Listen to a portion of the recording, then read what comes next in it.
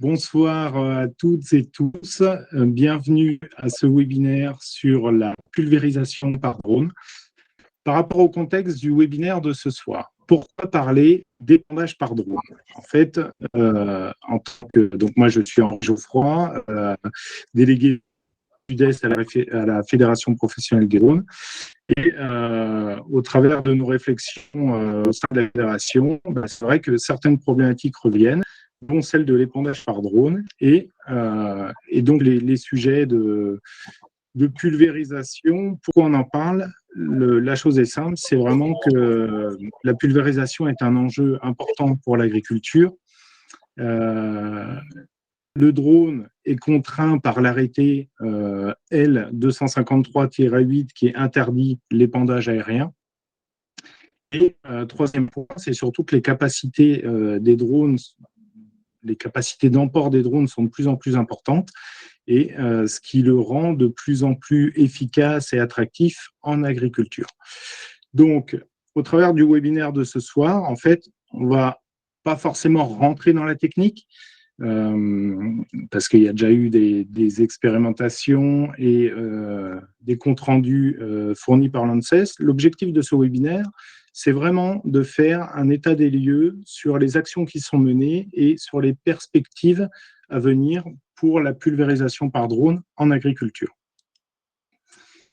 Donc, ce que je vous propose ce soir, c'est de faire une introduction, donc c'est moi qui vais la réaliser. Ensuite, nous accueillerons Denis Velu, le président du comité de pilotage drone à la FNSEA, qui nous fera une approche sur le copil drone et les avancées pour une nouvelle réglementation.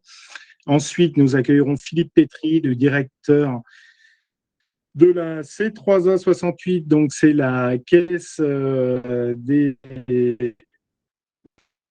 on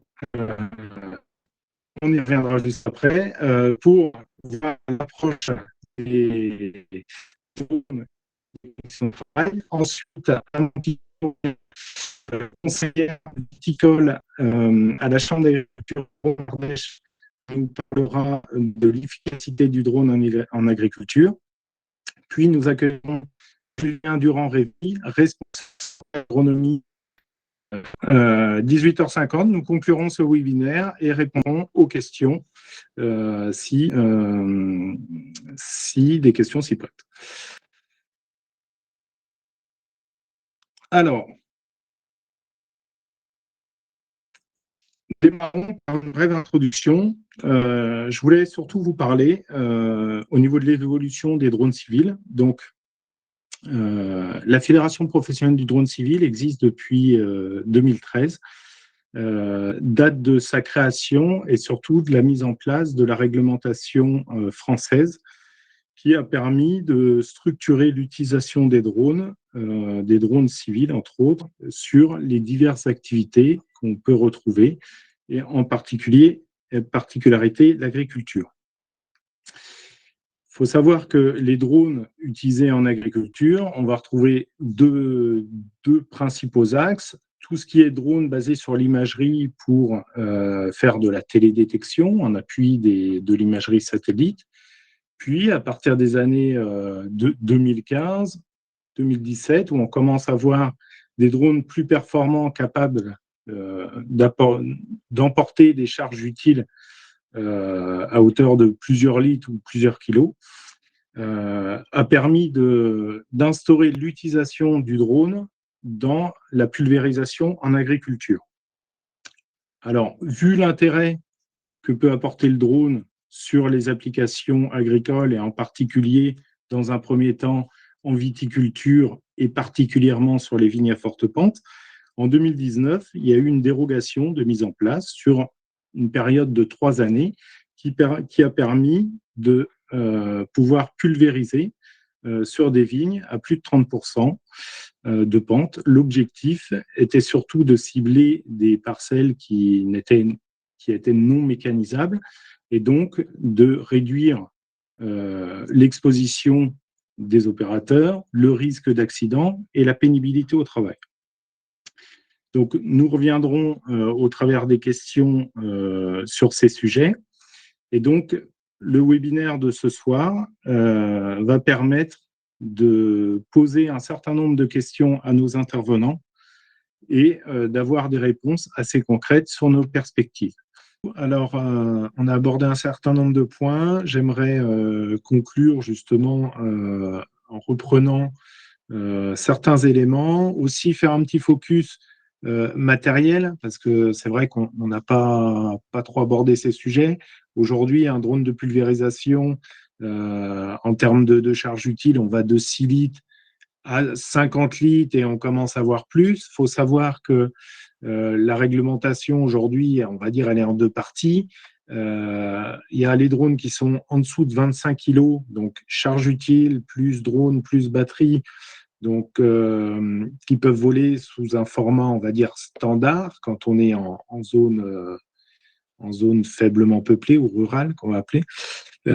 Et passer, sauf que ces drones avec cette charge utile sont quand même assez limitants suivant les cas de figure dans lesquels ils vont être utilisés, que ce soit en vigne forte pente, que ce soit en grande culture ou sur des grandes parcelles. Ensuite, au-dessus de 25 kg, on va pouvoir avoir des drones qui emporteront des charges utiles beaucoup plus grandes. Donc aujourd'hui, on voit du 40, du 50 litres. Donc effectivement, comme disait Philippe Pétry, on arrive sur des drones qui avoisinent les 100 kg au total, drones plus batterie, plus charge utile. Donc, et ils volent, et ils volent de manière autonome. Donc effectivement, même si la technologie est assez fiable, il peut avoir des incidents ou dans le pire des cas des accidents. Et ce risque qui est géré par la réglementation aéronautique doit être maîtrisé et on doit apporter des éléments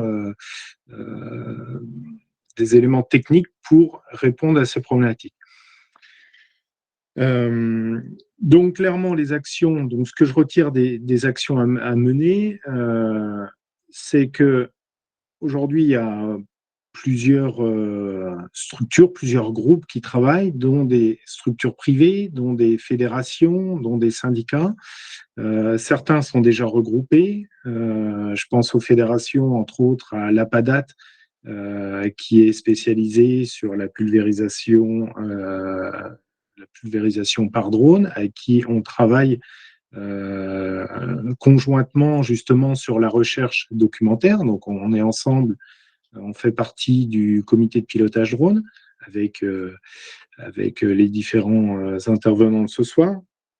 Tous ceux qui ont des idées, qui veulent faire avancer la filière, n'hésitez pas à revenir vers nous au travers des fédérations, parce que c'est aussi un moyen de centraliser toute l'information, de la synthétiser aussi, d'avoir accès en tant qu'interlocuteur privilégié des autorités pour mettre en place des projets de loi ou des améliorations de la réglementation, hein, que ce soit avec la DESAC, pour faciliter la mise en œuvre de ces drones et la maintenir en toute sécurité.